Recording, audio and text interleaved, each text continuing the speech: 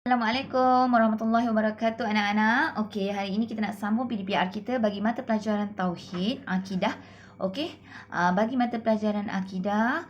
Okey, untuk tajuk beriman kepada hari kiamat, anak-anak boleh rujuk pada buku nota padat UPKK.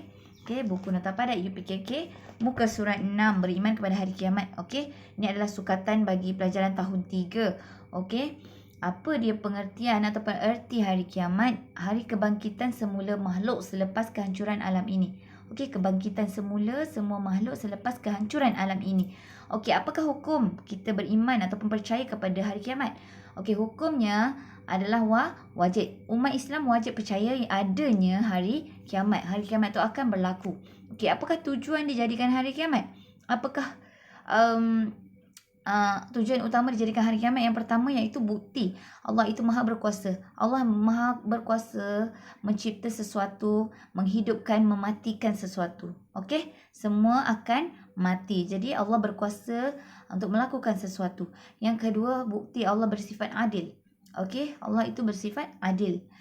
Okey, kemudian alam ini tidak akan kekal. Yang mana alam yang kita duduk sekarang, yang kita tinggal sekarang ni hanyalah sementara, pinjaman daripada Allah Subhanahu Wa Taala, kerana ini akan musnah juga. Okey. Kemudian anak-anak dekat buku nota padat boleh anak-anak lihat dalil iaitu bukti daripada ayat-ayat Al-Quran yang menunjukkan tentang hari kiamat. Okey, surah Al-Zalzalah ayat 1 hingga 8 ya. Surah Al-Zalzalah, idza zulzilatil ardu zilzalaha. Okey, perkataan zalzalah, yaumul zalzalah itu merujuk kepada nama lain kepada hari kiamat, yaumul zalzalah, iaitu hari kegoncangan. Okey, hari kegoncangan itu nama lain bagi hari kiamat. Okey, mari kita tengok tanda. Okey, tanda kecil, tanda-tanda kecil hari kiamat. Yang pertama, ramai wanita daripada lelaki. Okey, yang kedua, pembunuhan berleluasa. Okey, maksudnya banyak berlaku pembunuhan. Okey, yang ketiga, bangunan pencakar langit. Okey, bangunan pencakar langit. Kemudian, berlaku perkara-perkara maksiat. Okey, banyak maksiat berlaku. Okey, sekarang banyak maksiat berlaku tu, nak nampak dah tu tanda-tanda kecil hari kiamat tu dah berlaku. Okey, boleh anak-anak tengok lagi pada buku nota padat tu ada lagi tanda-tanda dia yang menunjukkan hari kiamat sudah hampir. Okey, kematian ramai orang-orang alim. Orang alim dah ramai meninggal. Okey, kemudian amanah dikhianati. Sesuatu tugas diserahkan kepada bukan ahlinya. Okey, sesuatu amanah yang dah ditugaskan kepada seseorang, so dia khianati amanah tersebut. Okey, banyak berlaku perkara-perkara keji dan maksiat tadi, macam tadi berlaku perkara maksiat. Orang yang hina dihormati. Orang yang hina dihormati pula. Macam mana tu? Okey, banyak bangunan pencakar langit. Okey, bangunan-bangunan besar lah. Okey, itu tanda kecil yang menunjukkan kiamat tu sudah hampir. Okey, dah banyak jugalah yang kita lihat. Tanda-tanda kecil hari kiamat tu dah sikit-sikit ada. Okey, kemudian tanda-tanda besar hari kiamat, matahari terbit daripada sebelah barat. Okey, keluarnya Dajjal, munculnya Imam Mahdi, turunnya Nabi Isa. Okey, itu sekiranya turun tanda keadaan, tanda-tanda besar ni menandakan bahawa, menunjukkan bahawa kiamat tu sudah semakin hampir. Ia dah dekat dengan kita. Okey, kemudian ada lagi contoh tanda-tanda besar yang lain. Keluarnya Dabbatul Ard, binatang yang keluar daripada bumi. Kemudian asap memenuhi timur dan barat. Keluarnya Ya'juj dan Ma'juj. Okey, munculnya Dajjal untuk menyesatkan umat Islam. Dajjal tu fungsi dia untuk menyesatkan umat Islam. Okey, Nabi Isa turun untuk membunuh Dajjal. Okey, itu di antara tanda-tanda besar hari kiamat menunjukkan kiamat itu hampir, itu sangat-sangat hampir. Okey, ni yaumul hasyri, yaumul ba'si, yaumul hisab, yaumuddin, yaumul jaza, yaumul zalzalah, yaumul akhirah tu adalah nama-nama lain bagi hari kiamat. Okey, selain daripada hari kiamat, yaumul qiyamah, okey, yaumul akhirah, okey, nama-nama lain dia ialah yaumul hasyri, iaitu hari perhimpunan. Yaumul Ba'si, hari kebangkitan. Yaumuddin, hari kiamat juga. Yaumul Jaza, hari pembalasan. Yaumul Zalzalah, hari gegaran ataupun hari kegoncangan. Yaumul Akhirah, hari akhir dunia. Okey, mari anak-anak lihat lagi dalam buku teks, dalam buku nota padat pun ada lagi nama.